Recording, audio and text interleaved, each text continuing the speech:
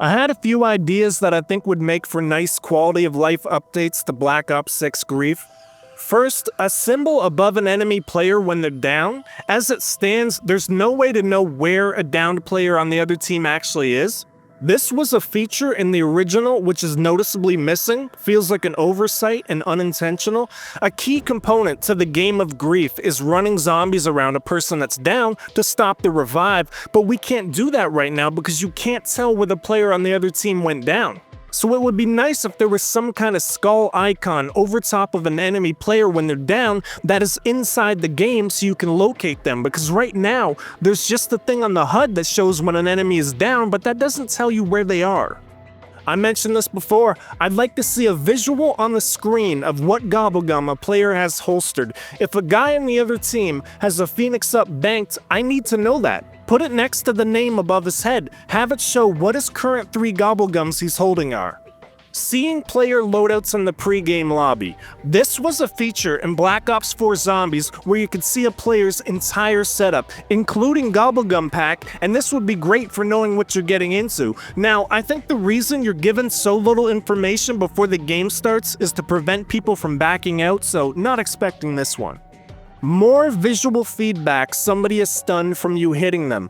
In the original, sparks and butterflies come out when you hit someone. In this, we get a hit marker, but I'd like to see something on the person's model that indicates they are still stunned, because unlike 2, the stun of being hit lasts much longer in this, so it would be nice if there was some indication the stun hasn't wore off yet, because it's important to know if their health is regenning yet.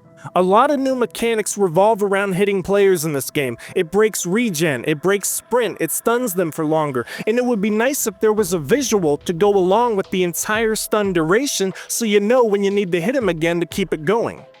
What if, and this is a big one, when you are hit, whether it be melee or bullets, during the stun, you can't mantle. This changes so much that I don't expect to see it, but if Treyarch's goal is to quicken these games so they don't go on, well, they have looked at a few of the escape options to tone them down, but the ultimate one is when someone gets on you, you just climb over and go another direction. The mantle isn't slowed in any way from being stunned, it's still full speed, so you just turn, mantle, and be on your way. So what if, while you're under the stun effect of being hit, you can't mantle? Whole new layer of strategy to the gameplay, and no cheesy escape options for people that clearly should have died. Leaderboards. I get that we are in the participation trophy era, which is why they no longer show downs, but at least let us see the wins. I mean, there's a Dark Ops card for 115 wins, so they're already tracking them, they just won't let us see it. But with how sanitized and safe for consumption Call of Duty is these days, if it did happen, there's no chance they're gonna show losses. A lingering revive bar. So in this game, it works a little different from 2. It seems that if you break a revive, it doesn't reset the timer, it just goes back down, so it's possible to keep juggling a revive until you get it. So if you break a revive and the revive timer is counting back down, give us that information and leave the revive bar over the player's head after it breaks so you can get a gauge for where it is. While the revive's active, make it a different color. A way to counter capture zones. As it stands, it's just a race to who gets the kills first. Well, this is Grief. We don't even want to kill to begin with. Give us some kind of option to take kills away from the other team's bar to lower it back down. As it stands, they don't encourage any kind of griefing inside the circle, which is insane because it's the perfect place if everyone is together in this little spot. I'm not sure how you do it. Maybe if too much time passes, the bar showing your kills starts to go back down, so this would encourage you to mess with the other players to prevent them from getting too far ahead. Just some kind of other option outside of get kills, because it's Grief, and we sure as hell don't want to get kills.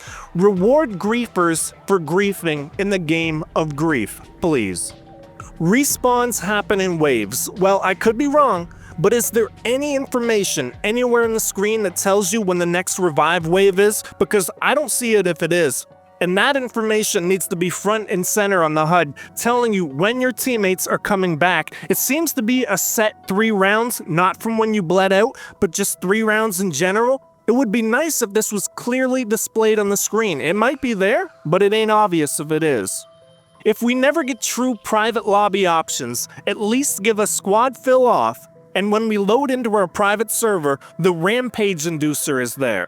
Only appears with squad fill off, and then we can press it and we get our fast zombies from round 1. Not a bad solution for what the people want, which is private lobbies to host competitive games. We need something. Not super long games that start from round 1, but are straight to the action competitive 4v4s set up by the community. These require not just being able to turn squad fill off, but some kind of option to jump straight to sprinting zombies. Well, lucky for Treyarch, you already have that mechanic in the game, the Rampage Inducer, so enable it when squad fill is turned off in Grief.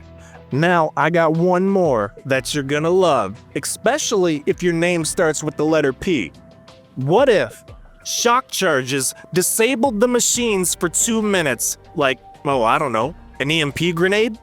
If I toss a shock charge at that Gobblegum machine, it's lights out and it doesn't function for at least 2 minutes. Same with the Wonder Fizz. Shock charge it and it turns off for a couple minutes. Now, I'm not saying Black Ops 2 style, where it turns your perks off, not that. I'm just saying no one can make any purchase until it turns back on. This could be crucial in stopping people who just went down from buying everything back as if nothing happened.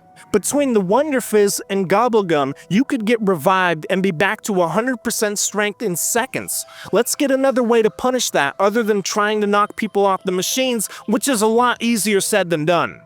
With these changes in place, I think we get a much better experience overall.